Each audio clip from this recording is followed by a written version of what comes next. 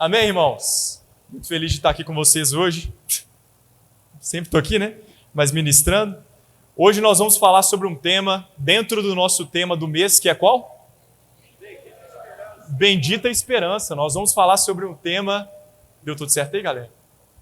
Top. Nós vamos falar hoje sobre um tema que eu gosto muito, que é sobre o tema de escatologia. Quantos sabem o que é escatologia? Amém? Escatologia é o estudo do fim dos tempos, o fim de todas as coisas.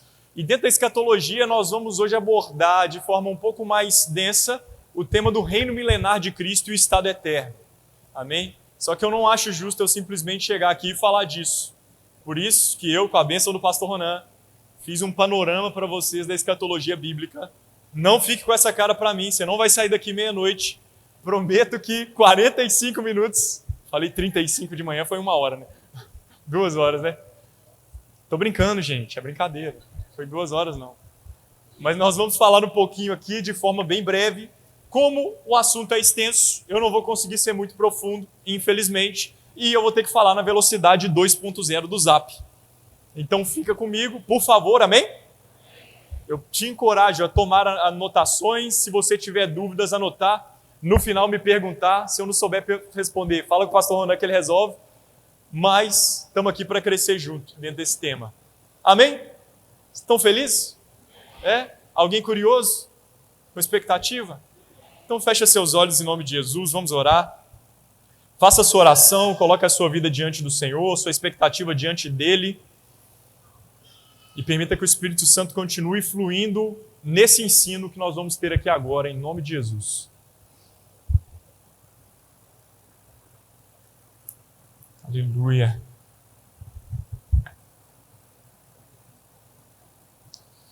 Obrigado, Pai.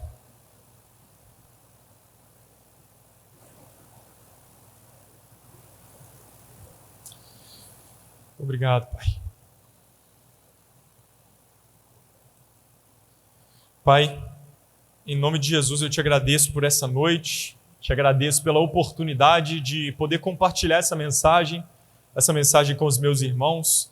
E minha oração, Pai, nessa noite é que o Senhor possa nos encontrar aqui, falar conosco no mais profundo do nosso ser a Tua palavra, que o Senhor possa reativar e reavivar em alguns irmãos aqui a esperança, e que o Senhor possa, em nome de Jesus, acender algo que muitos de nós perdemos, que é o senso e a convicção da eternidade.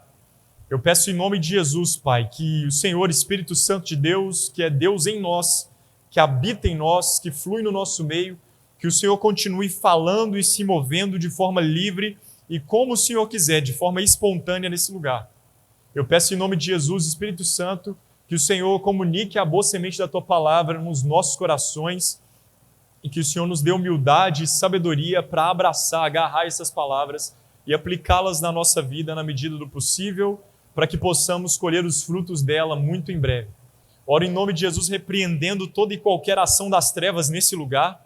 Oro repreendendo em nome de Jesus todo qualquer espírito diabólico ou hoste infernal que age no nosso meio, que gera distração, que gera opressão, que tenta roubar a semente da Tua palavra de nós e que tenta tirar de nós a paz que excede todo entendimento. Nós não aceitamos vocês aqui e damos uma ordem para que vocês batam em retirada em nome de Jesus. Essa noite será compartilhada a palavra de Deus e essa palavra virá como luz na vida de muitos irmãos. Muitas escamas cairão de olhos, convicção será gerada em muitas áreas e arrependimento para uma vida de santidade será despertada e aguçada na vida de alguns irmãos. Em nome de Jesus eu te agradeço, Pai, e peço que o Senhor fale conosco, em nome de Jesus. Amém. Meus irmãos, é o seguinte, quando a gente fala de escatologia, às vezes é um pouco complicado, porque existem muitas linhas dentro do mesmo estudo e muitas divergências. Por exemplo, nós temos 2 grandes momentos na escatologia, um chamado de atribulação, período de 7 anos que nós vamos ver mais à frente, onde o anticristo vai governar na terra, e depois dele nós temos o período chamado de milênio, que são 1000 anos em que Cristo vai governar sobre a terra. E fato é que só desses 2 pontos a gente tem pelo menos 8 linhas de pensamento.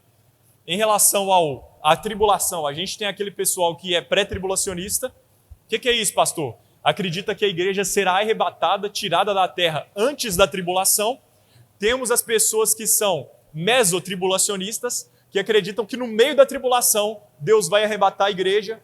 Tem aqueles que são a galera dos 3/4, que acredita que em 3/4 da tribulação Deus vai arrebatar a igreja. E tem a galera que é pós-tribulacionista, acredita que no final da tribulação Deus tira a igreja da terra, arrebata a sua igreja.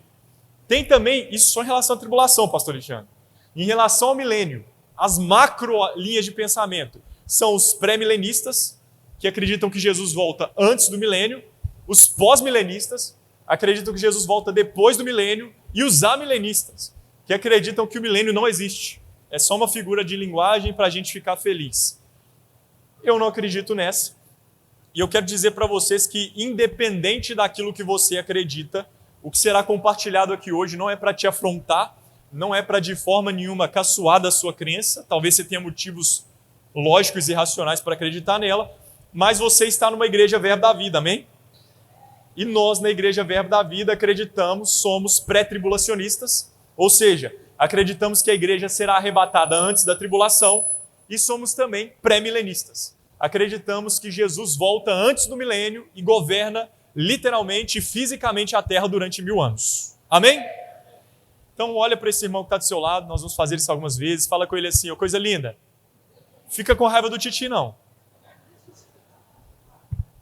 Amém? Vamos começar, Carlinha? Glórias. Vai lá. Vai que vai dar, hein? Top. E por onde começar isso? Eu achei mais plausível começar pelas 70 semanas de Daniel. Quem já ouviu falar disso? Cara, isso aí é pelo menos 4 horas de estudo, mas eu vou resumir para vocês em 10 minutos. Como assim, pastor Rafael? 10 minutos? O pastor Rafael prega a história da igreja em 50 minutos, cara. Então eu consigo, Daniel. Daniel, capítulo 9, vai contar para a gente sobre as 70 semanas de Daniel. O que é isso, pastor? Daniel foi um camarada que estava exilado na Babilônia. Vocês conhecem essa história? Amém? Daniel, aquele cara que foi lançado na cova dos leões. Aí você lembrou, né? Esse camarada estava exilado na Babilônia, e é lá que ele foi lançado na cova dos leões. E certa noite, Nabucodonosor, que era rei da Babilônia, que foi um império monumental que governou a maior parte do mundo povoado naquela época, ele tem um sonho. Só que o que ele faz? Macaco velho. Ele faz o seguinte, magos, venham aqui porque eu tive um sonho e quero que vocês interpretem. Aí os magos vão tudo lá, felizão, né? Ah, mole, né? A gente é cabuloso. Só que ele chega para os caras e fala assim, pessoal, eu tive um sonho. Aí eles, mas tem um segredo, o sonho é segredo. Vocês vão ter que descobrir o sonho que eu tive e vão ter que interpretar ele. Se ninguém interpretar, eu vou matar todo mundo. Top, né, pastor? Pena que eu não posso fazer isso mais na igreja. Tô brincando. Fato é que nenhum dos magos consegue descobrir aquele sonho e muito menos interpretar, mas eles lembram que tem um camarada que é cheio do espírito do Deus vivo, chamado de Daniel. Esse mesmo espírito que habita na igreja hoje. Glória. E então eles mandam chamar Daniel, e Daniel chega para Nabucodonosor e fala, cara, o seu sonho é o seguinte, você sonhou com uma estátua em formato de homem, que a cabeça dela é de ouro, o tronco dela é de prata, esqueci o nome desse trem de novo, cintura, quadril. O quadril dela é de bronze, as pernas são de ferro e os pés são de ferro misturado com barro. Estou mentindo? Faz igual aqueles profetas de hoje em dia, né? É mentira o que eu falei? Não, né? Não, senhor. E Daniel ainda fala para eles, e eu te digo mais, esse sonho que você teve, Nabucodonosor, são os impérios dos homens. E para completar, para fechar o sonho, Nabucodonosor vê uma pedra que é retirada de uma montanha sem auxílio das mãos humanas, e essa pedra vem e se choca aos pés da estátua, a estátua cai e desmiuça. Mas a pedra começa a crescer, crescer, crescer, até ganhar a terra toda. E Daniel chega para ele e fala o seguinte, Nabucodonosor, essa cabeça que você viu, a estátua representa o império dos homens, os governos dos homens. Essa cabeça de ouro é o império da Babilônia, que de fato foi o mais monumental império que já existiu na Terra. Depois, ele fala, esse outro império que tem aí é o Império Medo-Persa. Né? Daniel não fala isso, né? Mas eu que estou interpretando para você aqui. Ele só fala a parte dos impérios, tá? O império que representa o peito ou o tronco da estátua, que é de prata, representa o Império Medo-Persa, que foi o império de Ciro, que chega lá e derrota Nabucodonosor e assume o controle da Babilônia e todo aquele vasto império. Logo na sequência tem o outro império do quadril de bronze, que é de um camarada muito famoso chamado de Alexandre o Grande. Alexandre, hein? O Grande.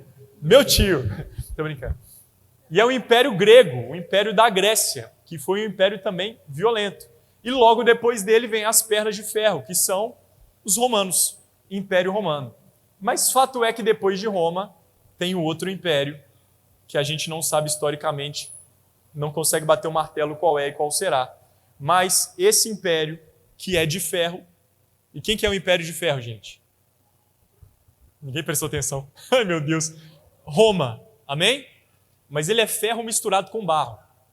Então tem uma veiazinha romana nesse império de alguma forma, né? E pasmem vocês, Roma, aí quando a gente fala de Roma, a gente não está falando de Itália. Que isso, pastor Rafael? Ah, isso aí é aula de história, irmão. 395 depois de Cristo, o Império Romano foi dividido. E a capital romana passou a ser onde? Quem sabe? Quem souber ganhou um abraço. Passou a ser num lugar chamado de Constantinopla, que hoje fica numa cidade que nós conhecemos como Istambul, na Turquia. Sabia dessa? Então, quando a gente fala de Império Romano, tem muita gente que fala, né? Ah, o anticristo vai ser o Papa. Cara, mas o Papa fala de Cristo, mano. Pelo menos deveria falar. Como que ele vai ser o anticristo? É meio complicado. Então, muito provavelmente, irmão, o Papa não vai ser o anticristo, tá? Quem já ouviu isso aqui em nome de Jesus? Foi só eu. Meu Deus. Provável que não vai ser ele. Vou voltar. Mas fato é que esse último império, que a gente não sabe quanto que é, quando virá, ele é aos pés dessa estátua.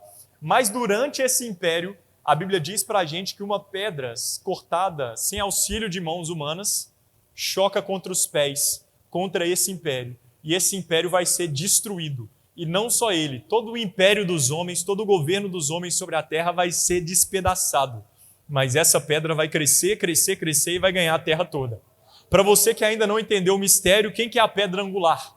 Quem que é a pedra de esquina, a pedra que os construtores rejeitaram? Quem que é a pedra sobre a qual a igreja de Cristo está edificada? Essa pedra se chama Jesus. E pasmem vocês, ele é o Rei dos Reis, Senhor dos Senhores, o Senhor da igreja, e o reino dele vai crescer e vai tomar toda a terra muito em breve, pastor. Você crê? Glória a Deus. Quem fica feliz com isso em nome de Jesus? Abra um parênteses. Meu irmão, então talvez você está preocupado com o governo. Você está preocupado com Lula, com Bolsonaro, com Alexandre de Moraes, com a briga dele com Elon Musk. E talvez você tenha que ter um certo nível de preocupação. Mas não perca seu sono por isso, porque nós fazemos parte de outro reino.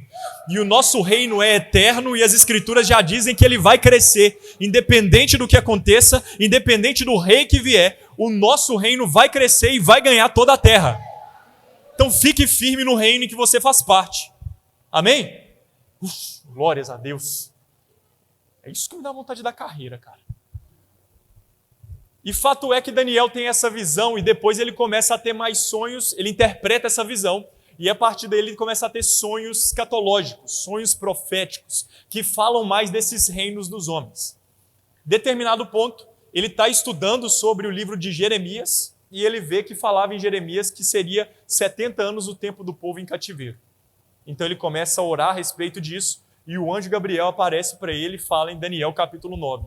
Daniel, 70 semanas estão decretadas sobre o seu povo. Quem que é o povo de Daniel? São os brasileiros? Não. São os argentinos? Não.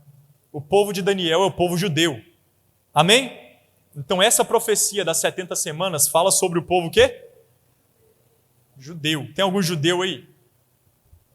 Não tem. Então nós somos igreja de Jesus, amém? Judeu é uma coisa, igreja é outra, gentio é outra. Como assim, pastor? Sempre aprendi que eu era gentio e você é segundo a carne. Mas espiritualmente falando, você que crê em Jesus com seu coração, confessou ele com a sua boca, espiritualmente você não é gentio, largado à parte de Deus e da promessa. Você agora é igreja de Cristo Jesus. Amém? E fato é, tio Alexandre, perdão, respeito. Fato é, pastor Alexandre, a tia Cláudia gosta, te amo, viu? Fato é que as escrituras dizem para a gente que o anjo aparece para Daniel e fala para ele o seguinte: Daniel, 70 semanas estão decretadas sobre o teu povo. E fala resumidamente, parafraseando aqui, que essas 70 semanas vão falar a respeito da libertação do povo do cativeiro, da reconstrução do templo da nova religião judaica, ou seja, de reativação da religião judaica, e a morte do ungido, a chegada e morte do ungido.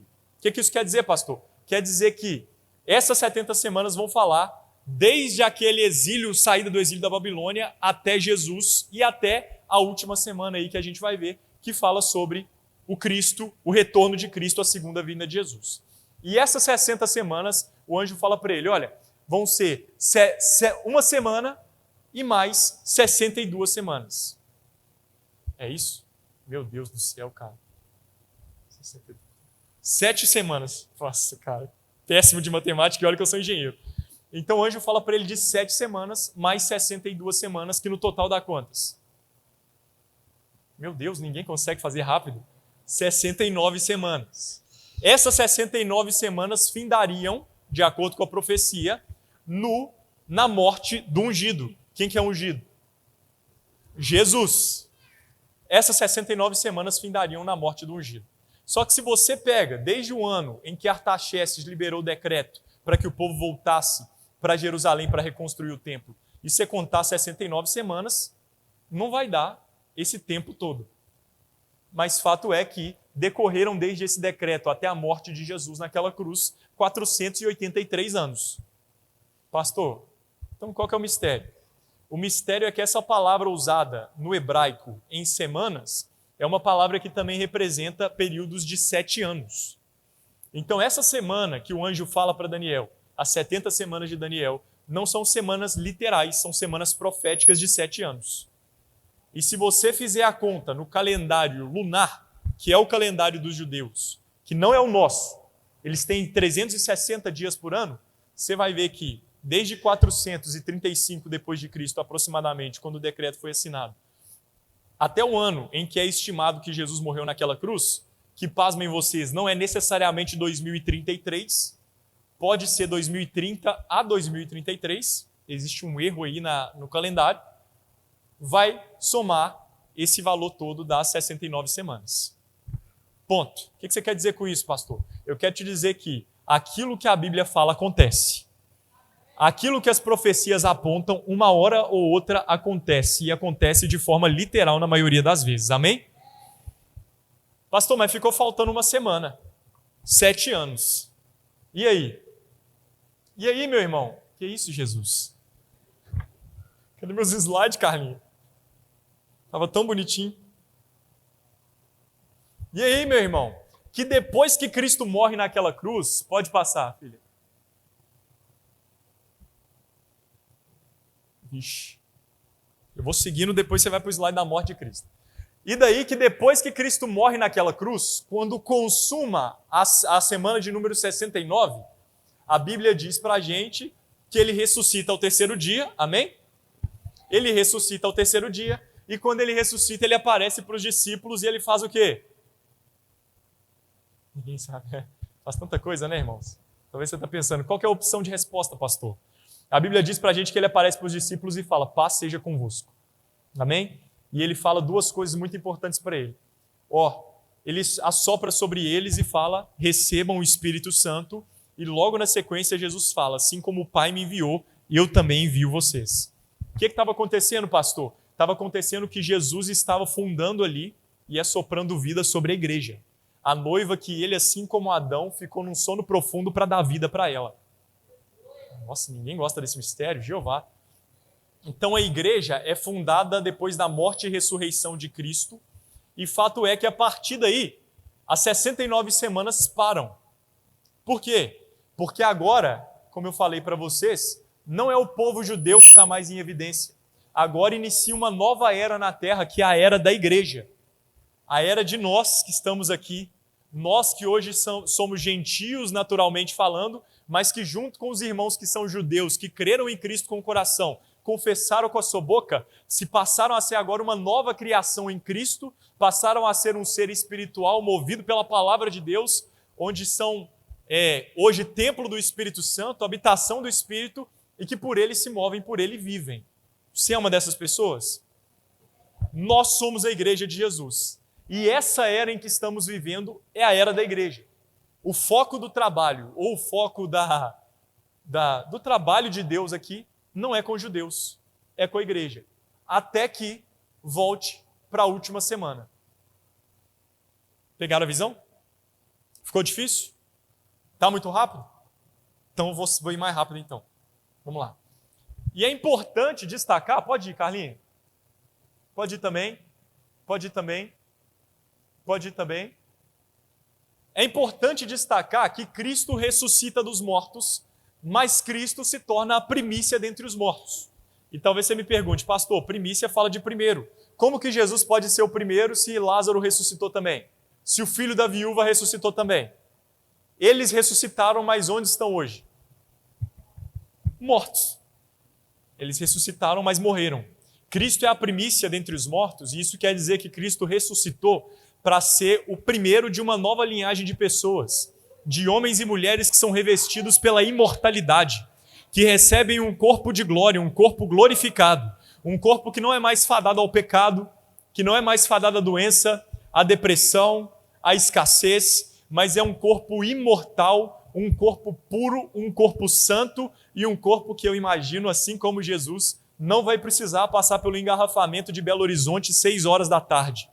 Porque a Bíblia diz que Jesus aparecia do nada nos lugares assim, lugar todo fechado, Jesus aparecia. Então eu creio que em breve eu terei um corpo desse e espero que você tenha também, em nome de Jesus. Então Cristo é a primícia, Ele inaugurou essa nova era, essa nova estação. E Ele promete isso para a gente nas Escrituras. Amém? Você crê nas promessas do Senhor? Que eu creio demais, cara. E fato é que esse período, a era da igreja, está acontecendo, está passando, já tem quase 2000 anos que estamos vivendo essa era, e ela vai se encerrar muito em breve, Júlio Mazarop. Como assim, pastor? Vai se encerrar muito em breve? Porque em breve, pode ir, Carlinhos, vai começar um período chamado de tribulação. Pastor, mas eu já vivo a tribulação, você não sabe o que eu vivo na minha casa? Meu irmão, você não sabe o que você está pensando. Esse período que a gente chama de tribulação vai ser o período mais terrível que já existiu na face da terra. O ruim desse período, talvez você pense assim, mas é só o anticristo, então Deus e os irmãos pós-tribulacionistas acreditam nesse ponto. Mas Deus vai nos livrar na tribulação. Mas fato é, meu irmão, que o problema na tribulação, nessa tribulação que está por vir, e em breve vai acontecer, o problema não é só o diabo. Que isso, pastor? O problema é Deus. Pastor, misericórdia, que heresia que é essa? Porque se você pegar Apocalipse e você for ler, você vai ver que Apocalipse fala que vai cair cometa na terra, Vandei. 1/3 do mar vai morrer, 1/3 das águas vai virar sangue. Vai ser coisa terrível para tudo que é canto. Morte, guerra, fome, peste. E isso quem está mandando não é o diabo, é o próprio Deus que está mandando. Que isso, pastor? Mas eles falaram para mim que Deus é amor. Eles falaram para mim que Deus vai me aceitar de qualquer jeito. Ele te aceita hoje na era da igreja enquanto você ainda está vivo. Mas depois que a sua oportunidade acabar, meu irmão, aí você vai ter um destino que você plantou com a sua vida nessa terra. E fato é que esse período da tribulação nós vamos ter um anticristo possesso por Satanás, recebendo poder e influência de Satanás, governando sobre a terra, mas nós também vamos ter a ira de Deus sendo derramada sobre a terra. E fato é que esse é um dos pontos pelos quais eu acredito veementemente que a igreja não passará por isso. Por quê? Porque a igreja, a Bíblia já fala que nós não fomos destinados para a ira de Deus. Amém? Quem é destinado para a ira de Deus? Quem não aceita o sacrifício de Cristo. Por quê? Porque o que nós merecíamos era a ira de Deus. Nós estávamos destinados à ira de Deus. Mas Jesus se esvaziou da sua glória, desceu aqui, se fez o feto no ventre de uma virgem, habitou entre nós e naquela cruz o que ele estava recebendo não era o nosso pecado simplesmente, mas ele estava recebendo sobre si o cálice da ira de Deus. Sabe aquele cálice que Jesus vê, ele fala, Pai, afasta de mim esse cálice? Ele é citado de novo lá em Apocalipse, como sendo o cálice da ira de Deus. Então a ira que estava destinada para mim e para você, ela foi derramada sobre Jesus. Não, ninguém fica feliz, pelo amor de Deus, velho. A ira que nós merecíamos foi derramada sobre Jesus. E pastor, o que eu preciso fazer agora? Você precisa crer com o seu coração, confessar com a sua boca, e a partir daí, por fé e por um ato de graça de Deus, você é perdoado. E você é livrado da ira e muito mais. Você é feito a justiça de Deus em Cristo. Então nós não somos destinados à ira. Muito pelo contrário, nós somos a justiça. E um dia seremos o padrão que Deus vai usar para julgar esse mundo. Eita, então te apruma, macho. E fêmea. Viva como tal, assuma a sua responsabilidade e honre o sacrifício de Cristo. Mas pastor, por que Deus vai continuar derramando a ira dele então, se ele já derramou sobre Jesus? Porque quem não quis crer, e a Bíblia diz que antes que isso tudo aconteça, o evangelho vai ser pregado em todas as nações. Quem não quis crer, merece a ira. Por quê? Porque não creu no maior ato de amor que Deus já fez na eternidade, que ninguém jamais fará. Então não é justo com Jesus que alguém não creia. E quem não crê, automaticamente se faz inimigo de Deus e está abraçando a ira de Deus e não a justiça. Pegaram essa visão? Quem vai ser arrebatado aí, em nome de Jesus? Amém. Quem crê nisso aqui, em nome de Jesus? Você que não crê, não precisa levantar a mão, não. Mas fato é, meu irmão, que esse é um dos pontos. Então a ira de Deus será derramada na terra durante esse período de tribulação. E antes desse período começar, vai acontecer um negócio muito interessante. Já falei para vocês. A igreja será arrebatada. É nisso que cremos aqui na Verbo da Vida. Como que é isso, pastor? Paulo fala, 1 Coríntios capítulo 15, eis que vos digo um mistério. Repete comigo, mistério. Repete para o crente do seu lado, mistério. É a terra dos mistérios, vaso. E o que é um mistério? É algo que estava oculto, algo que Deus não quis revelar. Então Paulo está trazendo uma revelação espiritual. Eis que vos digo um mistério. Nem todos dormiremos. E dormiremos, nós estamos falando de morrer. Mas transformados seremos todos. No abrir e fechar de olho, ao soar da última trombeta, no brado do arcanjo, os mortos em Cristo vão ressuscitar e nós que estivermos vivos seremos transformados, arrebatados e levados para o encontro com o Senhor nos ares. Pastor, não entendi nada. Meu irmão, vai ser o seguinte. Um dia, creio eu que nos próximos anos, do nada você vai estar lá de boa, lá lavando sua vasilha, né? Orando, fazendo suas compras, convidando seu pastor para comer um McDonald's. Aí do nada, o pastor de jovens, tá? Não o pastor titular não. Aí do nada uma trombeta vai tocar, você vai falar assim, trombeta? Aqui agora? Aí sua mente vai lembrar, chegou a hora.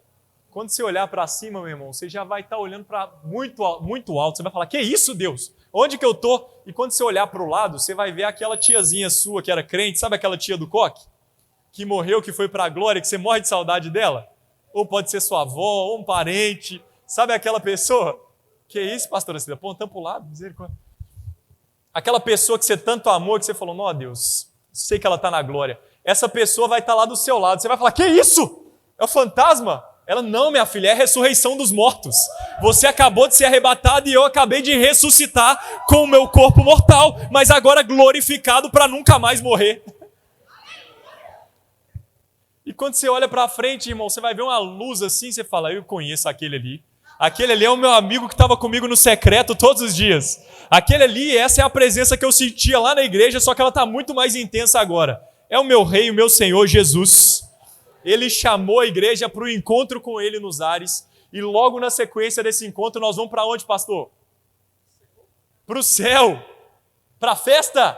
Não, para o tribunal de Cristo. Aí os irmãos já têm gole seco, pastor Ronaldo. É engraçado demais. Aí tem gente que fala assim, pastor, você fica usando slide, mas Jesus não usava. É porque você vai ver no dia do tribunal. Quando ele abrir os slides da sua vida lá, meu parceiro. Daniel, vamos olhar aqui. Abre aí, anjo. Abre aí, Daniel. Varão até escondendo o rosto. Tô brincando, viu, gente? Eu não sei se vai ser assim, não. A Bíblia não fala. Explicar pra galera, né, Marcão? Os irmãos postam lá na internet. Pastor herege. Fala que Jesus usa slide. Fato é, meu irmão, que não sei se vai ser com slide, não sei se não vai ser, mas nós que ressuscitamos nessa primeira onda da ressurreição, nós que fomos arrebatados, estaremos com Cristo e passaremos pelo tribunal de Cristo. Nesse tribunal, Jesus vai pegar as nossas obras e vai passar cada uma delas pelo fogo. Eita! E vai passar alguma coisa e falar assim, olha só, Rafael, né? Rafael estava lá na igreja domingo à noite, ixi, passou, é ouro. Glória a Deus, parabéns. Mais um ponto para o Rafael. Aí vai olhar para o Daniel, Daniel estava lá no Mineirão, mas não era para pregar o evangelho, é palha, queimou. E estava torcendo para o galo ainda, e queimou muito. Tira um ponto dele, anjo. Fato é, meu irmão, tô brincando, gente, eu não sou atleticano não, sou corintiano, tá? Eu amo essa igreja, pastor Ronan. Fato é, meu irmão, que as nossas obras passarão pelo fogo. E aquilo que for ouro, ou seja, aquilo que nós fizermos mediante uma palavra, uma comissão do Senhor, que fizermos de coração puro para Ele, vai permanecer, mas aquilo que for palha, aquilo que for em vão, vai queimar. Pastor, e se queimar a obra de todo mundo? Era tudo palha. O que vai acontecer com essa pessoa? Você acha que Jesus vai apertar a letra I assim e falar, tchau, desce do tobogã? Não, meu irmão, isso não vai acontecer. Quem tiver com Jesus no arrebatamento e nessa primeira ressurreição, está salvo eternamente, meu irmão. Se você chegar lá, pode ser tudo palha, mas fique em paz, você só não vai ter galardão. Como diz Gustavo, né? Você só vai morar na favela do céu. Fique em paz, mas você vai estar lá. Tô brincando, viu, gente? Tô brincando. O céu não tem favela, não. Pelo menos eu acho que não, né? Vai que chega lá e Jesus fala, ó, sua casa ali, ó. Tô brincando. Fato é que, mesmo que as suas obras sejam tudo palha, sejam todas queimadas, você estará salvo, porque você foi salvo por Cristo nessa vida, nessa terra. Amém? Mas, meu irmão, em nome de Jesus, né? Já que é para ser salvo, vamos ser salvo direito. Vamos fazer por onde? Vamos servir ao Senhor, amar o Senhor de todo o coração e fazer tudo, como Paulo diz, como se fosse para o Senhor. Porque nós sabemos que nele nós temos um galardão eterno, amém? Fala aquele negócio do galardão aqui, pastor, ou não? É muito polêmico. Glória. Pastor deixou. Eu acho, baseado no fundo da minha cabeça, na minha opinião, que esse galardão, a Bíblia diz sobre coroas e tudo mais, e pode ser que seja, mas eu particularmente acho que o nosso galardão vai ser níveis e posições de autoridade. Baseado em quê, pastor? Em nada, irmão. Baseado na minha opinião. Em nome de Jesus. Como assim, pastor? No milênio, nós veremos, patentes, palavra bonita. No milênio, nós veremos que teremos pessoas aqui. E vai ter muita terra para governar, né? Só que quem vai governar essa terra toda, meu irmão? Jesus vai precisar de governantes. Conselho de Jetro, né? Eu acho particularmente que não é o Lula nem o Bolsonaro que vai governar a terra. Assim espero em nome de Jesus. Mas eu particularmente acredito que esse galardão serão posições, patentes, como diz o pastor Ronan, de autoridade. Como assim, pastor? Jesus vai chegar para Patrícia e falar assim, Patrícia, não, para ele primeiro. Pastor Ronan, você foi uma bênção, cara. Tá aqui, ó, você vai ser o presidente do Brasil na nova terra. Eita glória, ganhou autoridade. Abaixo de você vão ter os governadores, ministro do STF não tem mais não, acabou essa palhaçada. Tô brincando, gente, eu não falei isso não, corta aí. Vai governar o Brasil, tá bom, pastor Ronan? Vão ter suas ovelhas aí, ó. Rafael vai para outro canto. Já ficou muito com ele. Vai ter seus governadores, seus prefeitos, Lá não tem não, vai para outro canto, cara. Aí ele vai chegar para Patrícia e falar assim, Patrícia, foi casada com o Ronan, né? É, aqui, né? Você foi casada com o Ronan, né, Patrícia? Nossa, parabéns para aturar ele. Glória a Deus. Tô brincando, pastor. Você vai ser presidente da América Latina. Esse é seu galardão. Tô brincando, pastor. Te amo. Deixa de banco, não. E tá vermelhinho, velho. Tô com raiva. É, gente, só explicando. Lá não vai ter isso não, tá? Como assim, pastor? Lá você não vai casar, você não vai se dar em casamento. Né? E eu acho ainda que pode ter uma pegadinha nessa história. Não, Jesus falou, né? Mas pode ser que chega lá, Jesus fala assim, lembra da coroa que eu falei? É sua esposa! Tô brincando. Não! Jesus! Jesus não tivesse falado claramente, eu acreditaria que podia ter essa pegadinha. Brincadeira, né? Te amo, viu, amor? Minha coroa. Ai, ai, vocês são brincadeira. E fato é que a igreja será arrebatada, será tirada da terra. E a Bíblia diz para a gente claramente, em 2 Tessalonicenses, que tem uma pessoa, alguém que impede o anticristo de se manifestar. O espírito do anticristo já está aí. Ele só precisa que uma coisa seja retirada do caminho. Quem que você acha que é? Misericórdia. A pessoa que impede o anticristo, meu irmão, se chama Espírito Santo de Deus. E eu não sei se você sabe dessa boa notícia ou se você tem uma convicção a respeito, o Espírito Santo habita dentro de mim. E habita dentro de você que nasceu de novo também. Então, para o Espírito Santo ser retirado, só se ele sair da gente. Espera aí, mas Jesus falou que ele estaria em nós e habitaria em nós quando, pastora Cida? Para sempre. Então Jesus não é mentiroso. Então, para o Espírito Santo sair dessa terra, eu tenho que sair também. Você tem que sair também. Então te prepara, Vaz, em nome de Jesus, que em breve ele vai sair daqui e nós vamos junto. Eu creio nesse trem. E fato é que quando o Espírito Santo for retirado, pastor, mas o Espírito Santo vai ser retirado? O Espírito Santo é onipresente, irmão. Ele está em todos os lugares.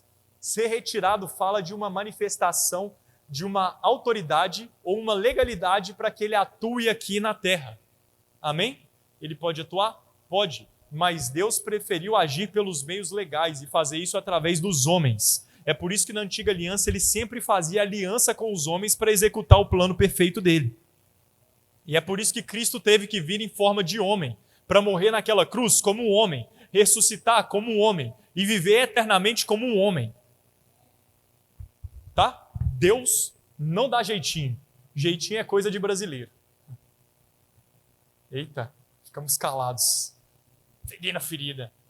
Mas fato é que depois que o Espírito Santo for retirado e a igreja junto com ele, o anticristo vai se manifestar. E como que ele vai fazer isso, pastor? No primeiro momento, meu irmão, a manifestação do anticristo vai ser através de um acordo de paz entre Israel e as nações vizinhas, que lutam já há décadas, há milênios talvez. E fato é que quando esse acordo de paz for assinado, um acordo de paz de 7 anos, você pode ter certeza, você que talvez não foi salvo, ou você que talvez já entregou a vida para Jesus, mas está vivendo uma vida de iniquidade, se prepara que você vai estar aqui na terra, porque você pode mentir para mim, pode mentir para o seu colega do lado, mas para Cristo você não vai mentir. Então você talvez que vai ficar na terra, quando vê o acordo de paz sendo assinado, se prepara que a bronca vai começar. Alguém vai estar aqui na terra, irmão? Amém. Espero. Se prepara que a bronca vai começar. Mas a princípio, o anticristo vai trabalhar com paz. Ele vai ser amigo de Israel. Nesse acordo de paz, provavelmente ele vai conseguir fazer a reconstrução do templo lá em Jerusalém. E pasmem vocês, essa reconstrução não é tão simples quanto parece, porque no Monte do Templo, no lugar onde Deus mandou reconstruir, existe hoje uma mesquita muçulmana chamada de Al-Aqsa, que é o terceiro lugar mais sagrado do islamismo no mundo todo. Então mexer lá é guerra na certa. Então esse camarada vai ter que vir com muito engano e uma articulação diabólica para conseguir mexer os pauzinhos e fazer com que o templo seja construído ali no lugar em que deve ser construído.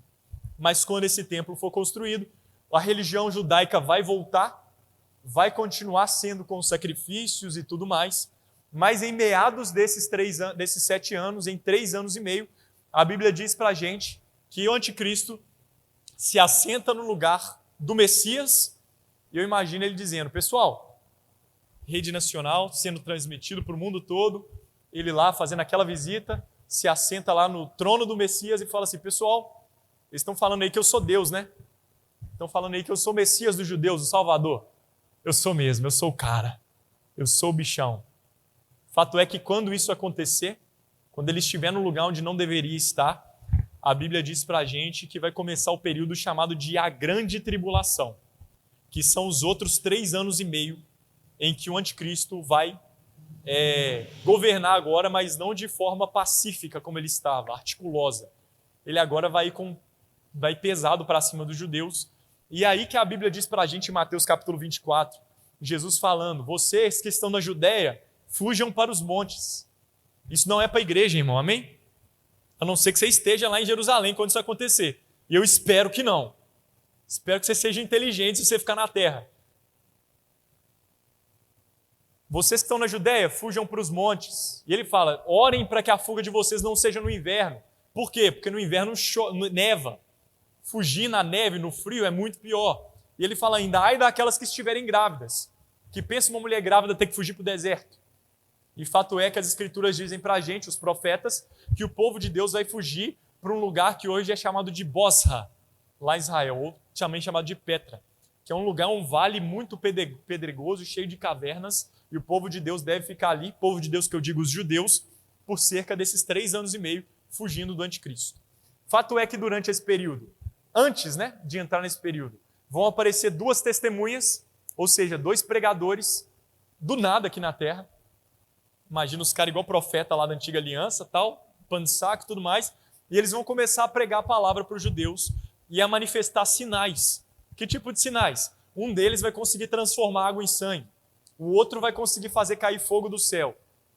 E a Bíblia não fala para a gente quem são essas 2 testemunhas, mas eu acho, minha opinião, que essas 2 testemunhas são Moisés e Elias.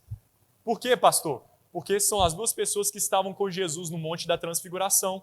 Moisés, a Bíblia diz para a gente que ele morreu, mas que o corpo dele, Miguel entrou em disputa com Satanás pelo corpo dele, e depois ele aparece vivo diante de Jesus. Conversar com os mortos é abominável diante de Deus. Então é provável que Deus não ia ir contra a palavra dele. Então, o que quer dizer, pastor? Quer dizer que provavelmente Moisés não está morto. Talvez ele foi ressuscitado por Deus, porque ele representa a lei. E Elias representa os profetas. E a lei e os profetas, que os judeus ortodoxos tanto se orgulham, vão pregar para eles próprios. Eles são indesculpáveis de não aceitar Cristo. Mas fato é que no final desses 3 anos e meio, 1260 dias para ser mais exato, a Bíblia diz para a gente que eles são mortos pelo anticristo, o corpo deles é exposto em praça pública, fica lá por 3 dias, e as pessoas ficam tão felizes que eles morreram, que eles estavam incomodando tanto, que elas começam a trocar presentes. A verdade dói, irmão. Eita.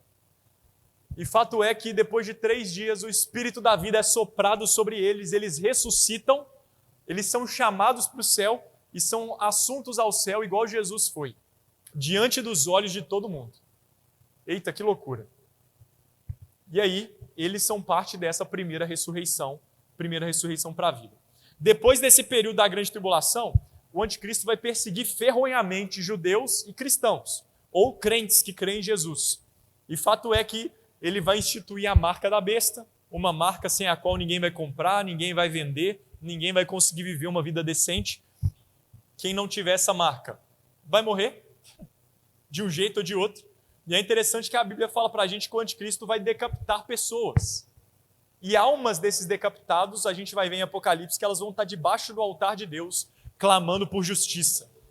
Eita, eu não sei vocês, mas hoje em dia eu conheço um tipo de gente que decapita pessoas. Pessoas que fazem parte de uma guerra santa, segundo eles, que é muito famosa e muito grande e que tem bilhões de seguidores no mundo todo. Bom, deixa vocês pensarem. E fato é que, chegando no final desses 3 anos e meio da grande tribulação, no clímax, o anticristo vai reunir, através de espíritos imundos, que vão falar com os reis de toda a terra, vai reunir um grande exército e vai se mover até um vale lá em Israel, que é chamado de Vale do Meguido ou Armagedon. E lá eles vão se acampar para, de uma vez por todas, invadir Israel e destruir todo mundo, destruir a cidade, matar os judeus, perseguir por onde quer que for e acabar com os judeus de uma vez por todas. Mas é nesse ponto, no ponto em que o diabo está feliz, o anticristo está achando que está vencendo, o falso profeta está pagando de bonito, que do nada uma trombeta vai tocar no céu de novo. Mas agora não é uma trombeta anunciando a chegada do rei. O céu vai se abrir, meu irmão. A Bíblia diz para a gente que o sol vai escurecer, vai ser trevas sobre a terra. Por quê? Porque antes do ator principal entrar, todas as luzes do espetáculo apagam, pastor Ronan. E fato é que tudo vai apagar, mas uma luz no céu vai começar a radiar, e eles vão ver lá no céu aquele de quem eles zombaram um dia, aquele de quem eles não creram, Jesus Cristo, e ele vai descer, mas não sozinho, agora junto com uma multidão de anjos e santos. E pasmem vocês, esse santo não é Santo Agostinho, não é São Tomás, não é São sei o quê, é São Daniel, é São Ronan, é Santa Patrícia, São Rafael e todos aqueles que creem em Cristo e foram arrebatados com ele nos ares ou ressuscitaram na primeira ressurreição. Fato é que o céu vai se abrir, Jesus vai descer. A Bíblia diz em Zacarias que ele vai pisar no Monte das Oliveiras, que foi o lugar de onde ele foi assunto aos céus, e esse monte vai rachar no meio. Vai abrir um vale no meio do monte. Que isso, pastor? Meu irmão, você não sabe com quem que você está mexendo, meu parceiro. Você não sabe de quem que você está do lado. Olha a Shekinah aí, ó. Shekinah manifestando. Fato é que o monte vai fender e vai abrir um caminho para os judeus que estão em fuga saírem e fugirem. Porque agora a batalha não é mais deles, agora é a batalha do Rei dos Reis, é do Senhor dos Exércitos. E ele vai vir do Ocidente até o Oriente, vai ir em direção ao Vale do Armagedon, e lá ele vai lançar no lago que arde com fogo e enxofre o anticristo e o falso profeta. Os dois vão ser lançados vivos nesse lugar que a gente chama de Geena. E aqueles soldados, aqueles exércitos que estão ali acampados no Armagedon, vão ser todos mortos pela espada que sai da boca do Senhor. Vai ser uma chacina, irmão. Jesus vai ganhar a guerra em minutos.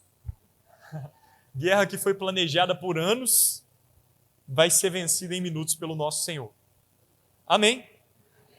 E depois disso, pastor Rafael, o que acontece? Depois disso, a gente vai entrar num período chamado de milênio. Eita glória! Quem tem Bíblia aí, irmão? Nós estamos quase acabando. Abre a sua Bíblia aí. Apocalipse capítulo 20. Carla, você não precisa abrir não, hein? Pelo amor de Deus, deixa aí. Graças a Deus.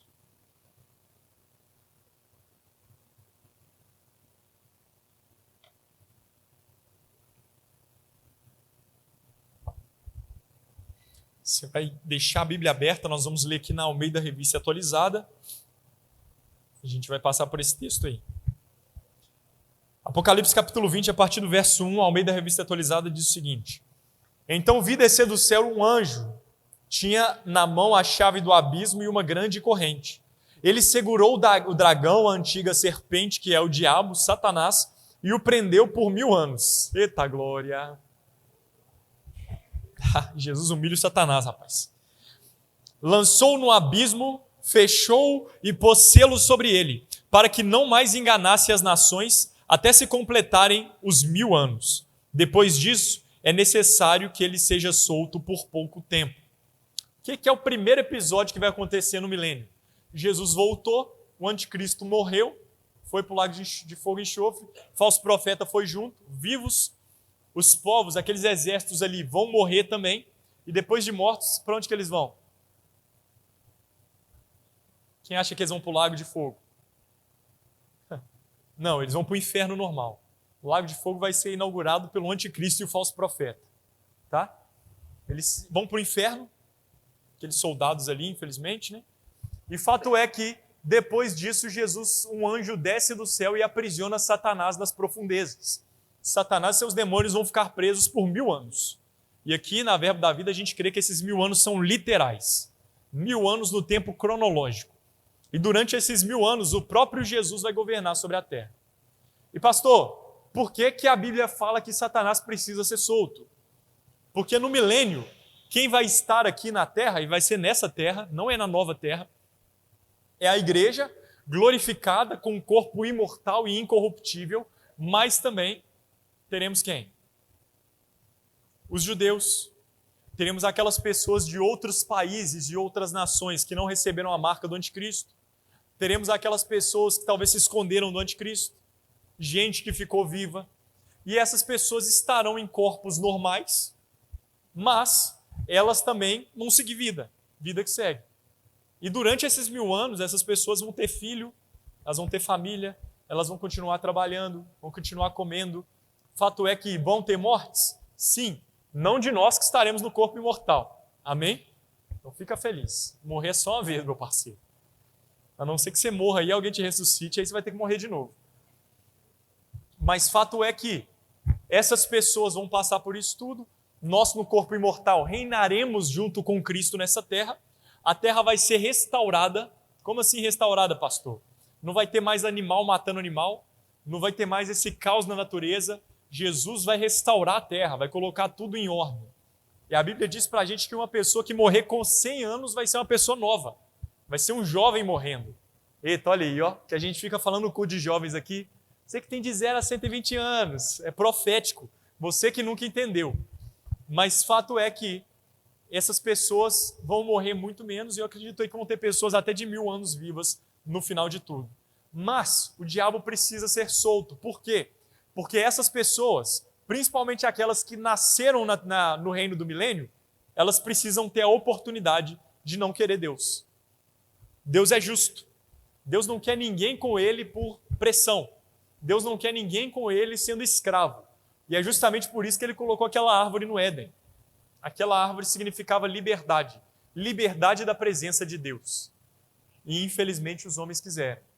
E agora no milênio as pessoas terão essa oportunidade de novo. Então você que talvez vai estar no milênio, fique esperto, velho. Fique esperto, em nome de Jesus. Não cai na cilada do diabo de novo, não. Já viveu a vida aqui toda caindo. Em nome de Jesus, não cai de novo, não. Isso é a última chance. E fato é que, antes desse período todo começar, Apocalipse capítulo 20, verso 4, vai falar o seguinte: vi também tronos, e nestes sentaram-se aqueles aos quais foi dada a autoridade de julgar. A quem foi dada a autoridade de julgar, irmão? 1 Coríntios capítulo 6 vai falar para a gente, Paulo perguntando: vocês não sabem que a nós, que aos santos, foi dada a autoridade de julgar o mundo? E depois ele continua no verso 4. Vocês não sabem que aos santos também foi dada a autoridade de julgar os anjos? Eita! Então, meu parceiro, minha parceira, te prepara que você que for para o céu com Cristo e voltar com Ele no milênio, você vai ser juiz nessa terra. Deus vai usar você para julgar pessoas, julgar o mundo. Amém? E ainda bem que não é hoje, porque se fosse hoje, ia ser bem complicado, né, pastor? Com essa influência toda da carne, ia ser bem difícil. Nós estaremos glorificados. E a Bíblia diz: vi ainda as almas dos decapitados por causa do testemunho de Jesus, bem como por causa da palavra de Deus, tantos quanto não adoraram a besta, nem tampouco a sua imagem, e não receberam a marca na fronte e na mão, e viveram e reinaram com Cristo durante os 1000 anos. Os restantes dos mortos não reviveram até que se completassem, não reviveram até que se completassem os 1000 anos. Esta é a primeira ressurreição. O que eu quero deixar claro para vocês? A primeira ressurreição começou em Jesus e ela termina na segunda vinda de Jesus. Ela não termina com o arrebatamento da igreja, não termina com o arrebatamento aí das duas testemunhas, mas ela termina quando as pessoas que passaram pela tribulação, pelos 7 anos, que morreram nos 7 anos, quando essas pessoas ressuscitarem. É aí que termina o período da primeira ressurreição. E primeira ressurreição é para a vida. Então você que ressuscitou na primeira ressurreição, parabéns, você viverá eternamente com Cristo. Se você não passou por isso, vigia, porque você corre um grande risco de apertar a letra I nos seus últimos dias. E fato é, meu irmão, que a Bíblia diz para a gente em Apocalipse 26, que bem-aventurado e santo é aquele que tem parte na primeira ressurreição. Sobre esses a segunda morte não tem autoridade, pelo contrário, serão sacerdotes de Deus e de Cristo e reinarão com ele os 1000 anos. Isso que é esperança, meu parceiro. É isso. Não vou ler para a gente ganhar tempo, mas logo na sequência, quando os 1000 anos estiverem acabando, Satanás vai ser solto, ele vai por toda a terra, ele vai conseguir convencer muitas pessoas a pelejarem contra Cristo e contra os santos. E a Bíblia diz para a gente que os santos estarão acampados em Jerusalém, no Monte Sião, que é onde Jesus vai governar tudo e todos. E nesse acampamento dos santos, acredito eu que será numa das festas dos tabernáculos, a Bíblia diz para a gente que Satanás e muitas pessoas vão ir pelejar contra Jesus. Só que, meu parceiro, Jesus não vai se dar nem ao luxo de sair do trono. Eu imagino Jesus só mandando a mensagem no zap aqui, ó: anjo, manda o fogo aí, meu parceiro. O anjo vai mandar fogo do céu, o fogo vai consumir todo mundo, Satanás vai ser lançado de uma vez por todas no lago que arde com fogo e enxofre, chamado também de Geena, para sempre, meu parceiro. E aí, ó, um beijo para você, diabo, até nunca mais. E aquelas pessoas que morreram, aí a Bíblia fala para a gente que vai começar o período do juízo final, ou o tribunal do grande trono branco, juízo do grande trono branco. Jesus se assentará num trono branco, grande, e a Bíblia diz para a gente que os 4 ventos vão trazer as pessoas. Como assim, pastor? Mano, eu imagino vindo pó de todo lado e começando a formar gente assim na frente de todo mundo. O mar vai dar os seus mortos. Mas pastor, mas existe vida no mar? Existe almas no mar? Espíritos? Não. Os corpos vão retornar. E a Bíblia diz para a gente que o além, que é o Hades, vai dar também os seus mortos. Ou seja, os espíritos vão voltar para os seus corpos. E você, meu lindo, minha linda, que achou que ia viver a eternidade toda no céu como um espírito, um Gasparzinho, você errou. Porque a eternidade toda será no corpo físico, seja com Cristo ou seja sem Cristo. Então aquelas pessoas que serão julgadas, que vão ser lançadas nesse lago que arde com fogo e enxofre, elas serão lançadas também fisicamente. Elas serão lançadas no corpo. Elas vão ressuscitar. Cada uma delas vai ser julgadas por Cristo conforme as suas obras. E a Bíblia diz para a gente que aqueles que não tiverem os seus nomes escritos no livro da vida vão ser lançados nesse lugar que também é chamado de segunda morte. É a morte eterna. Quem fica feliz com isso? Eu não fico. Eu não fico. Mas fato é, meu irmão, só caminhando para fechar. Aí a Bíblia fala para a gente que depois desse juízo eterno, essa terra vai passar. Como assim, pastor? Eu não faço a menor ideia, meu irmão. Eu sei que essa terra já não vai mais existir. O céu também já não vai mais existir. E aí João fala para a gente que ele vê uma nova criação. Ele vê um novo céu e uma nova terra. E ele vê descendo nessa nova terra a cidade santa, a Nova Jerusalém. Uma cidade cheia de pedras preciosas, de ouro, como uma noiva adornada para o seu noivo. E essa cidade vai parar lá no monte. Ela vai ter as portas abertas todos os dias. A Bíblia diz para a gente que nessa nova terra, o próprio Cristo vai habitar conosco e Deus também habitará conosco. Meu Deus do céu, irmão. Sabe aquela presença gostosa que você já sentiu no seu quarto orando? Quem já sentiu? Já sentiu, pastora Cida? Nas consagrações, nos cultos. Aquela presença que você sente, que você fala assim, Jesus, deixa eu sair daqui nunca mais.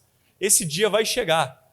Só que não vai ser essa presença, vai ser ela de verdade, ela plena, ela é intensa perto de você, irmão. Você não vai ter simplesmente essa presença, mas você vai ver a fonte dela, o próprio Deus diante de você. Mano, vamos ver o Senhor face a face, e a Bíblia diz pra gente que aí já não vai haver mais morte, nem pranto, nem dor, nem clamor. Deus vai enxugar dos nossos olhos toda lágrima e nós vamos viver eternamente com Ele em alegria, em gozo, em paz, reinando com o nosso Senhor nessa nova terra, meu irmão. Ah, cara, que coisa linda. Esse é o destino da igreja.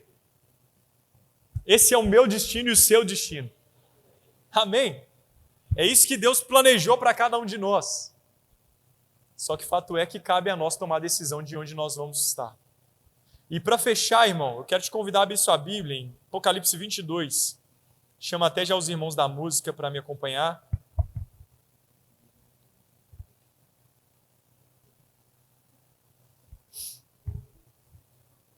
Apocalipse 22, a partir do verso 1. A Bíblia na Almeida Revista Atualizada diz o seguinte, Apocalipse 22, 1. Então me mostrou o rio da água da vida, brilhante como cristal, que sai do trono de Deus e do Cordeiro. No meio da sua praça, de uma e outra margem do rio, está a árvore da vida, que produz 12 frutos, dando o seu fruto de mês em mês, e as folhas da árvore são para a cura dos povos. Nunca mais haverá qualquer maldição. Nela estará o trono de Deus e do Cordeiro. Os seus servos o servirão, contemplarão a sua face, e na sua fronte está o nome dele. Então já não haverá noite, nem precisarão eles de luz de candeia, nem da luz do sol, porque o Senhor Deus brilhará sobre eles, e reinarão pelos séculos dos séculos. Meu Deus. Bota no último slide aí, Carlinhos. Tava aí. Você está preparado? Quem está preparado em nome de Jesus, mano? Mas sabe qual que é a questão, irmão? A gente ouve essa palavra, a gente se alegra com isso, não sei você, eu fico feliz demais da conta. Mas fato é que enquanto nós estivermos no gozo eterno de Cristo, vão ter pessoas que vão estar eternamente na condenação. Enquanto a gente estiver celebrando eternamente, existem pessoas que vão estar queimando junto com o diabo. Irmão, deixa eu te falar, a função de ganhar alma para Jesus não é nossa. Que isso, pastor? Não. A nossa missão é pregar o evangelho e fazer discípulos. Quem ganha a alma, quem convence da justiça, do juízo e do pecado é o Espírito Santo.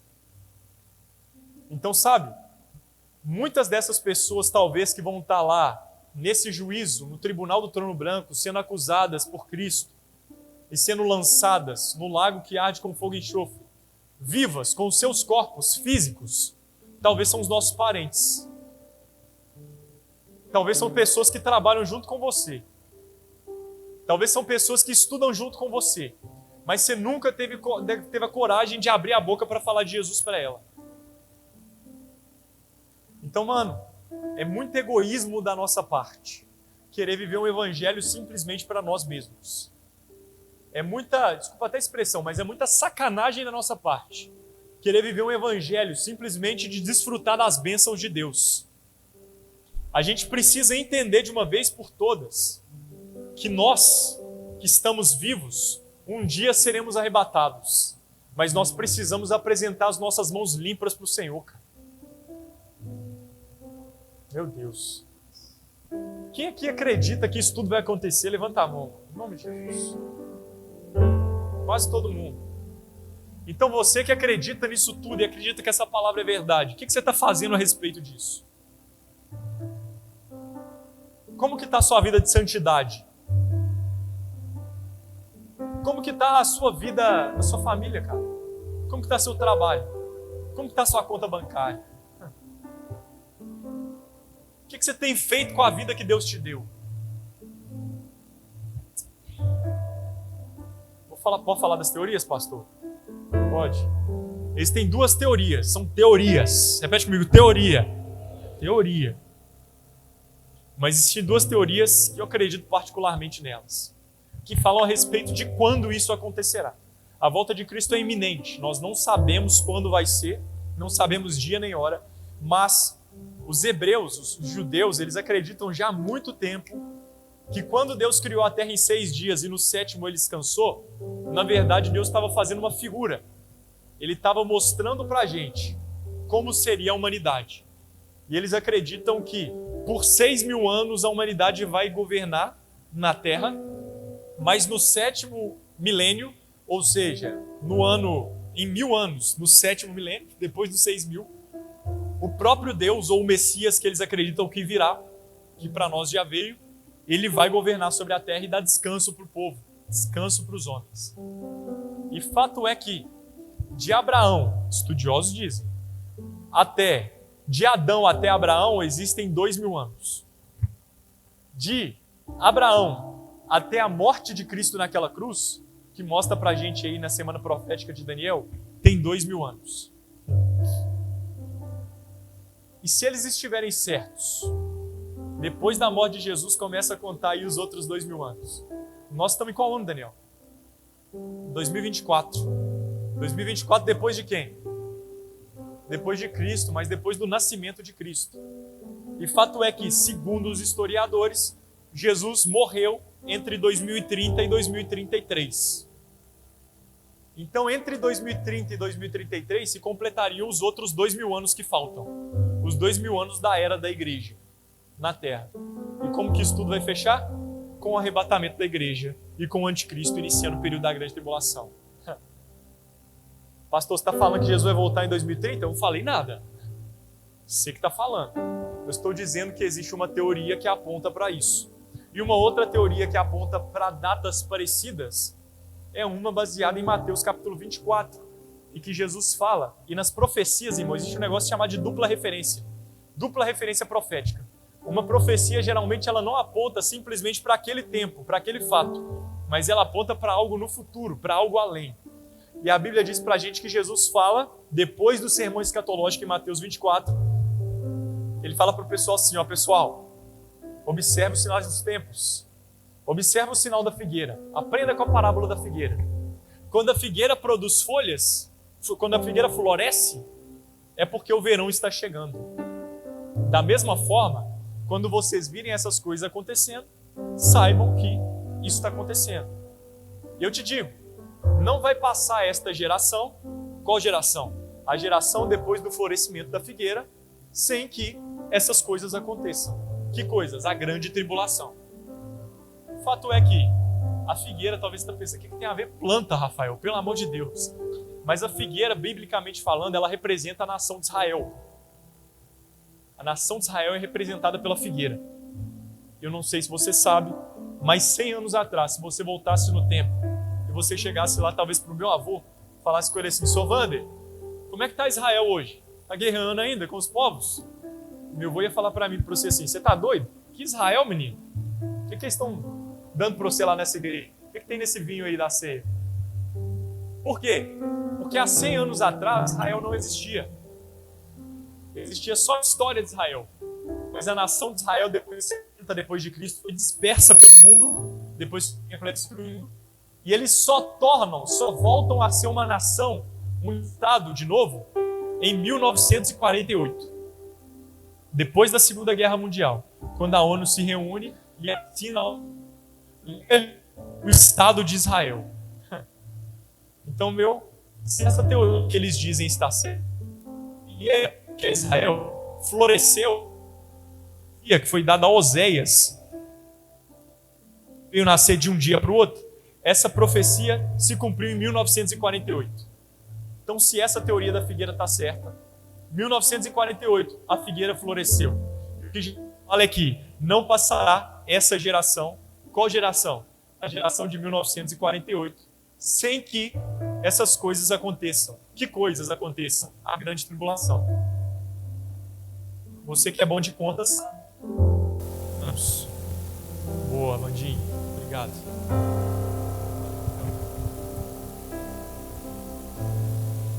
Oi. Você que é bom de contas sabe que tem 76 anos desde 1948. E uma geração bíblica tem quanto tempo, pastor Rafael? Entre 70 e 100 anos. Bom, são duas teorias que estão apontando para um mesmo destino cronológico no nosso tempo, e eu particularmente acredito muito nas duas. Alguém acredita? Legal. E aí eu aperto você que acredita. Você que acredita nisso, que sabe que talvez até 2030 Jesus vai arrebatar a igreja. Você está preparado? Ou você vai esperar chegar 2029 para se preparar? O que você está fazendo com a sua vida? O que você está fazendo com o seu tempo? Como você tem vivido os seus dias? Quando Jesus tocar aquela trombeta for tocada, você vai estar diante de Jesus ou você vai continuar aqui? E quando chegar o dia do juízo, seja ele qual for o que você tiver, o que é que o Senhor Jesus vai falar sobre você? Eu já disse isso e repito, você pode mentir para mim, você pode mentir para o pastor Ronan, você pode mentir para que mora junto com você, mas para Jesus você não vai conseguir mentir, meu parceiro, minha parceira. É por isso que eu tenho orado nesses dias para que o Senhor restaure na igreja, pastor Ronan, a consciência de eternidade, para que a gente pare de viver simplesmente para essa vida e para que a gente volte a viver de novo com os olhos na eternidade, no nosso galardão eterno, que vale muito mais do que qualquer coisa nessa terra. Então se coloca de pé em nome de Jesus, eu quero orar por você.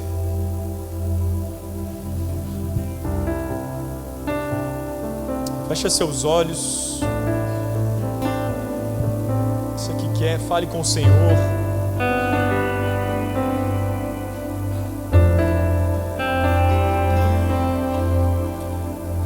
Rumores de guerras, nação contra nação, o amor se esfriando, fé contra a razão, desastres, doenças, tanta destruição,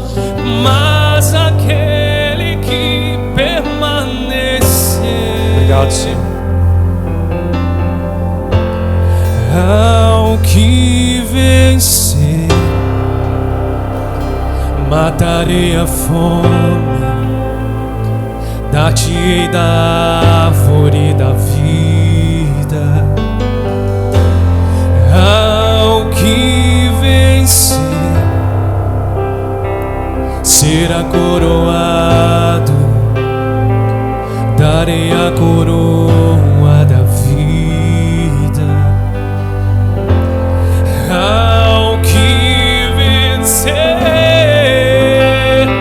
vencer a morte.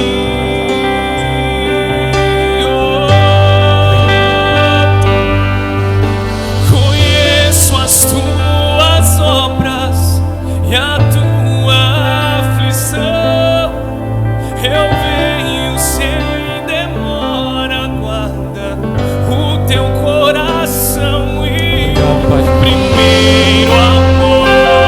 Obrigado, Pai, pela bendita esperança que temos em Cristo. Primeiro amor.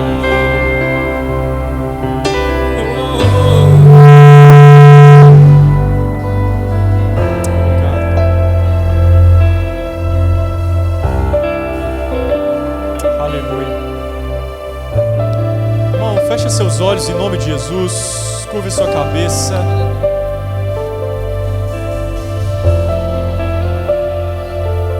Eu sei que talvez você entrou aqui hoje esperando só mais um culto. E talvez essa palavra te assustou, cara.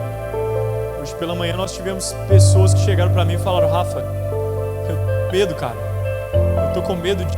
A gente orou e a gente creu que Jesus está fazendo uma obra, está retrabalhando a vida dessa pessoa. E talvez você que entrou aqui hoje se assusta com essa história, com isso tudo. E talvez você está falando assim: cara, se Jesus voltar hoje eu não subo, cara. Jesus voltar hoje, talvez meu destino vai ser condenação. Ou talvez nem se Jesus voltar, talvez se você não sair daqui hoje, se você não dormir essa noite, você morrer. Meu irmão, o convite de Jesus e o sacrifício dele ainda está disponível para você. Na era em que estamos, ainda Jesus é o Cordeiro de Deus que tira o pecado do mundo e que quer tirar da sua vida também. E eu quero fazer um convite para você que hoje fala assim: cara, eu preciso voltar para Cristo, eu preciso ter de novo a convicção, a certeza de que eu sou dele e de que no meu último dia eu não vou ser abandonado, eu não vou ser desamparado. Eu quero convidar você a levantar sua mão no seu lugar. Você que fala: eu preciso entregar ou voltar para Jesus. Levanta bem alto a sua mão em nome de Jesus. Vou pedir até melhor para você vir aqui à frente, que eu quero orar por você, sem medo, sem vergonha. Feche os olhos, igreja, em nome de Jesus. Você que não está fazendo essa decisão, eu creio que o Senhor está falando com algumas pessoas aqui hoje, trazendo vida de novo para alguns corações, esperança de novo para quem perdeu. Nossa esperança em Cristo vai além dessa vida, irmão. E o que o Senhor te chama para viver não é uma religião, o Senhor está te chamando para viver um relacionamento.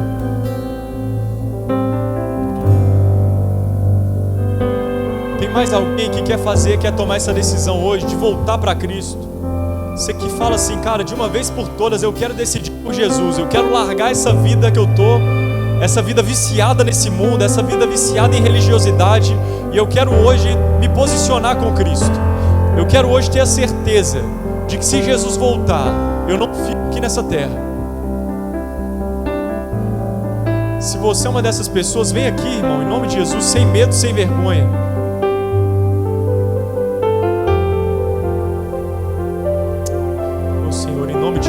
Fala a corações aqui, Espírito Santo de Deus.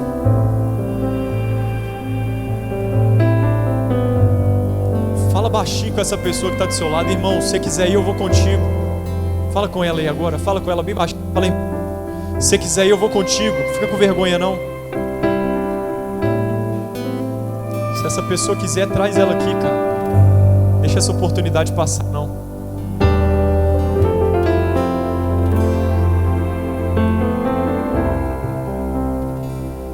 Vocês que estão aqui à frente, eu quero convidar vocês a fazer uma oração comigo, uma oração sincera, amém? Eu oro, vocês repetem. Pode ser, meu lindo? Repitam comigo assim: Senhor Jesus, eu reconheço que estive longe de Ti, mas hoje, diante da igreja, diante de homens e do mundo espiritual, eu declaro que o Senhor Jesus é o meu Senhor e o meu Salvador, e eu creio que um dia estarei contigo, porque a partir de hoje o Senhor vem fazer morada em mim através do Espírito Santo e me lava de todo o pecado. Escreve o meu nome no livro da vida, Senhor. É o que eu te peço. Em Teu nome eu oro. Amém. Amém. Amém. Bem-vindos de volta à família de Deus e bem-vindo de volta à grande comissão dos santos que um dia serão arrebatados. E a Igreja de Cristo dá uma salva de palmas para esses irmãos que tomaram essa decisão sábia. Ao que vencer, volta a casa. matarei a fome, Glórias a Deus.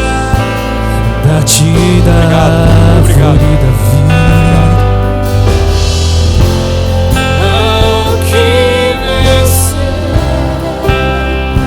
será coroado.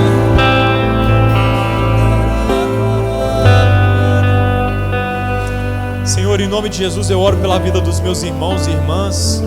Oro para que em nome de Jesus essa palavra não seja simplesmente mais informação na cabeça de cada um deles, mas que o Senhor Espírito Santo possa pegar pontos dessa palavra e começar a ministrar no coração deles a partir de hoje e durante toda essa semana.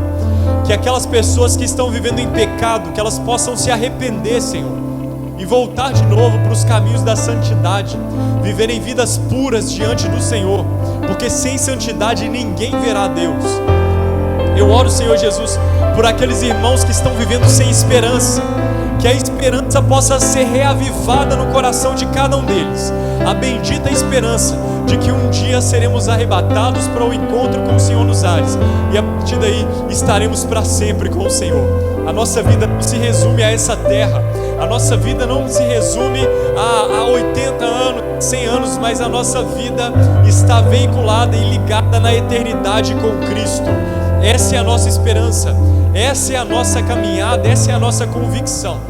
Que os meus irmãos possam ser batizados por essa consciência de eternidade e que eles possam também ser batizados numa indignação santa ao verem pessoas ficarem a passos largos para o inferno, a passos largos para a segunda morte e para a condenação. E nós não aceitemos mais isso, mas que essas pessoas possam ouvir a palavra do Evangelho, a verdade de Cristo através das nossas bocas, e que elas vejam isso através das nossas vidas, Senhor. Em nome de Jesus eu oro e peço que a Tua igreja viva uma semana abençoada na prática da Tua palavra, em nome de Jesus. Vá em paz e viva por Cristo e para Cristo sempre, meu irmão, porque em breve Ele está chegando de novo.